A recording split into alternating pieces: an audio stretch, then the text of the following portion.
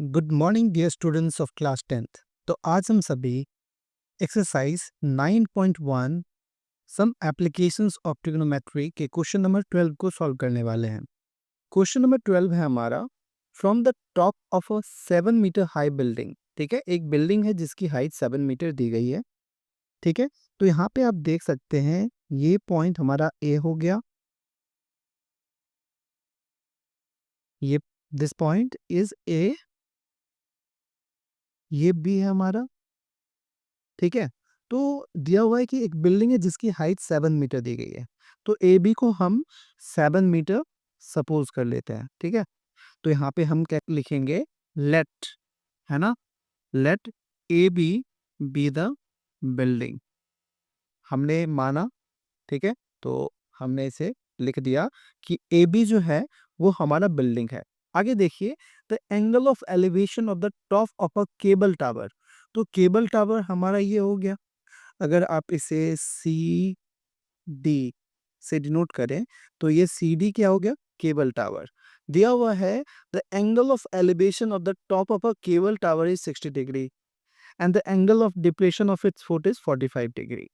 है ना, कहाँ से, तो 7 मीटर हाई बिल्डिंग के टॉप से। तो 7 मीटर हाई बिल्डिंग का टॉप ये पॉइंट हुआ हमारा, इस पॉइंट से जो एंगल ऑफ एलिवेशन है वो 60 डिग्री गिवन है। तो हमारा यहाँ पर एंगल ऑफ एलिवेशन क्या है, 60 डिग्री, और एंगल ऑफ डिप्रेशन जो है वो हमें 45 दिया है। कहाँ का, तो फुट ऑफ द टावर। तो यहाँ पे ये वाली जो एंगल है हमारी, ये 45 डिग्री है।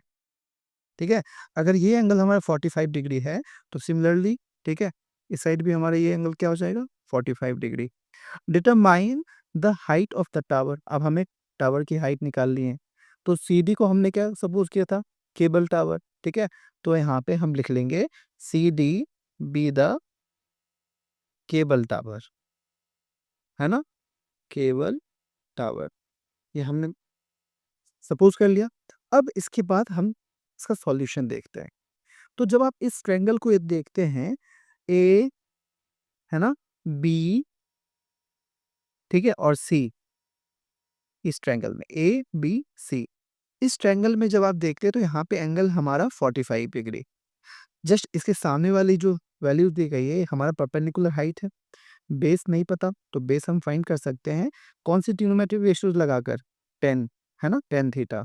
तो यहाँ पर 10 45 का वैल्यू निकालना होगा, तो लिखेंगे in triangle A B C, है ना, 10 45 degree, 10 45 degree is equal to A B upon B C. ठीक है, और ए बी हमें गिवन है 7 मीटर, और 10 45 की वैल्यू हमें पता है ये होता है 1, तो 1 will be equal to 7 upon B C. ठीक है, बी सी क्या है हमारा, बीसी हमें नहीं पता तो बीसी को हम बीसी ही लिख देंगे। तो यहाँ पे बीसी और 1 को जब हम क्रॉस मल्टीप्लाई करेंगे, बीसी हमारा राइट साइड में डिवाइड में है, लेफ्ट साइड जाएगा तो ये मल्टीप्लाई हो जाएगा 1 के साथ, तो ये हमें बीसी ही आएगा। तो BC will be equal to 7 metre, यानी हमारा ये बेस भी पता चल चुका है और इसकी भी लेंथ क्या है, 7 मीटर। जब हमारा बेस बीसी 7 मीटर का है तो हमें ये पॉइंट अगर ए ई निकालना हो तो ए भी हमारा क्या होगा, 7 मीटर, है ना, ये भी क्या हो जाएगा, 7 मीटर। तो हम लिख सकते हैं, ठीक है, ए ई, ये भी क्या है, आपस में इक्वल है, तो A is equal to B C which is equal to 7 metre. ठीक है, सिमिलरली हमें हाइट निकालना है सी डी का। अगर देखिए ए बी 7 मीटर का है तो ई सी भी क्या होगा, 7 मीटर, क्योंकि ये भी तो बिल्डिंग की हाइट ही है ना। तो हमें निकालना है डी सी या सी डी, जो कि height of the cable tower है। तो डी हमें नहीं पता, तो डी को हम कैसे फाइंड कर सकते हैं, तो डी हमारा यहाँ पे परपेंडिकुलर हो गया और ये हमारा बेस हो गया। तो फिर से परपेंडिकुलर अपॉन बेस, कौन सी ट्रिग्नोमेट्रिक रेशियोज की पार्ट है, तो ये 10 60 डिग्री हो जाएगा।